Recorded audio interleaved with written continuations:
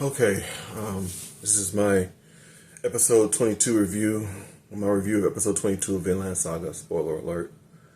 I like that this episode ended, and this doesn't happen a lot in Vinland Saga. I can't remember it happening before. It may have, but I don't remember. Episode 22 began where episode 21 ended. It actually re-showed an abbreviated version of the duel between Bjorn and Askeladd. It gave proper weight to the death of Bjorn because he's, other than Thor's, he's probably the most important character to die in this story. You could argue Ragnar, but I would say probably one of those two. But it was a big deal that he died, and the way he died, in a duel with Askeladd, obviously just for his honor so he can go to Valhalla. It was cool seeing it again. That being said, once the duel was over, Askeladd acceded to Thorfinn's duel. Now, I'm going to tell a quick story. When you change brakes, if the pads have been on the brakes for too long, you have to take a hammer, and you literally have to hammer and chisel the brakes off because they seize onto the rotors. So you literally have to beat the brakes off of the car. I say that because that's the best term I can use to what Askeladd did to Thorfinn. He beat the brakes off the young man. I've never seen anybody get whipped like this before in anything.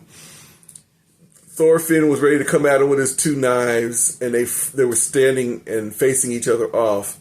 Askeladd had his sword, and nobody was moving, so Askeladd was finally like, fine, here, I'll throw my sword. He was like, put up his hands, like, come on, let's go. And Thorfinn ran at him, and Askeladd grabbed him, and it just walloped him. I mean, it was rough. They actually cut to Thorkel and the prince talking about it as you hear the punches landing. And I mean, he beat him at the end. It was a snow-covered field they were fighting in. He's face down in the snow after the beating. So, and then he pretty much roasted him, called him an idiot. You've been waiting 10 years to fight me, and this is what you're doing because you let your emotions get to you. Blah blah blah. Because of course, when Askeladd threw his sword away, Thorfinn rushed at him, and he always does this with Askeladd. Every time they duel, he rushes at him. He doesn't take his time like he does with everybody else. He's such a cerebral fighter. It's why he can take down somebody like Thorkel. But when it comes to Askeladd, Thorfinn can't control his emotions. So, and Askeladd basically tells him this. And most of this episode was the story of Askeladd and his first killing. The first person he ever killed was his father.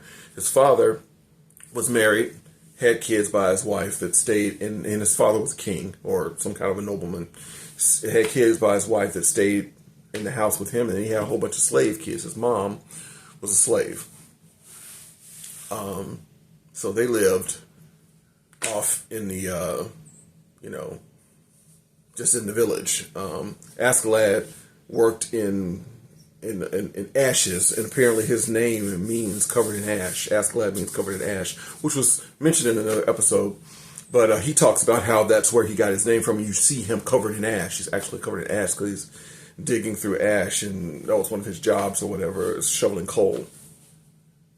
Anyway, his mom got sick, fell out of favor with the king, got treated like, trash, pushed aside. She finally lost her mind. And Askeladd talks about the story of the king, Arturus, I think his name is, who was supposed to come back and rescue his people, which Askeladd was one of those people. And his mom used to tell him the story over and over and over and over and over again. And that was Askeladd. Askeladd finally started believing the story himself as a kid. He wanted to grow up and serve this great king when he came back. It had been 5 centuries, though, so, he actually compared it to Ragnarok and Christian's Armageddon, as, the end of the world, basically, when everything's supposed to be settled. And, he's kind of just like, whatever, he kind of throws it all together in one boat at this point. But when he was a kid, he actually believed it. So anyway, his mother was walking around one time, and she saw the father, and she kind of lost her mind. She was really, really sick in the head, lost her mind. and she was going to, she went up to the father, the Askeladd's father, as if he was Arturus. So the father, I mean, Askeladd's 11. He's sitting here watching this. The father takes his sword out. I guess he's going to kill her. So Askeladd picks up the sword, starts fighting his dad, dueling his dad, like on the spot, just protecting his mom or whatever.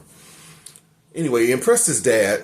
He got brought up to be raised with his half-brothers, along with the sons of his actual legitimate wife. So for 2 years, he trains and fights and gets in good with his father. And then ostensibly when he's 13, 2 years later, he goes in and he kills his father and I guess his wife, who was laying next to him. If it was his wife, you got to assume they didn't say who it was. But killed them both. Blamed it on one of his other brothers who didn't get along with his father, and it started a whole bunch of friction in the kingdom, and he got away with it. But he was showing Thorfinn, if you take your time and set things up, you can actually get what you want. But you're so emotional. He's like, he did that in 2 years, from 11 to 13. Thorfinn's been trying to kill him for 10 years, and he's basically like, you're an idiot, but you were useful. You know, he was like, you know, all I had to do was cater to your little duels, and you would fight somebody like Thorkel for me. You know, I get you to do all these things for me, so you were very useful. You know, and he mentions his dad, just I'm thankful to your dad. I guess he's saying, you know, thankful that your dad had you and died in front of me, so that you wanted to kill me, so that I could have you as a tool for the last 10 years. It really, really upset Thorfinn, obviously, and he realized that it was all on him because he was too emotional about it. The prince and Thorkel are watching this whole thing, and the prince is really frustrated by it all. Stops the duel because it looked like Askeladd was going to kill Thorfinn. I don't think he was going to, personally, but the prince stopped the duel.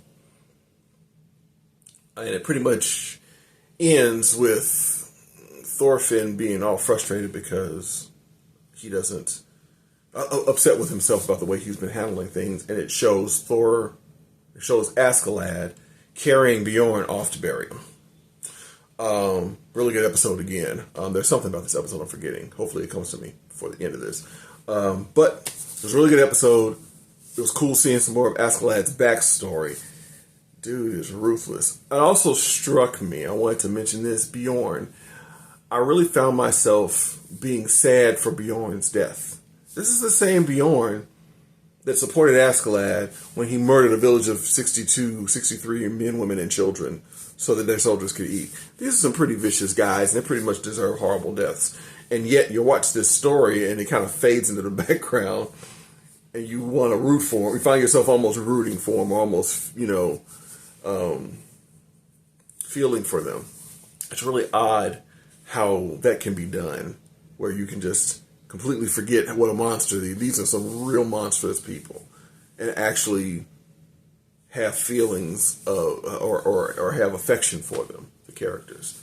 I guess that says to how well Vinland Saga is written. Anyway, that's it. Pretty sure.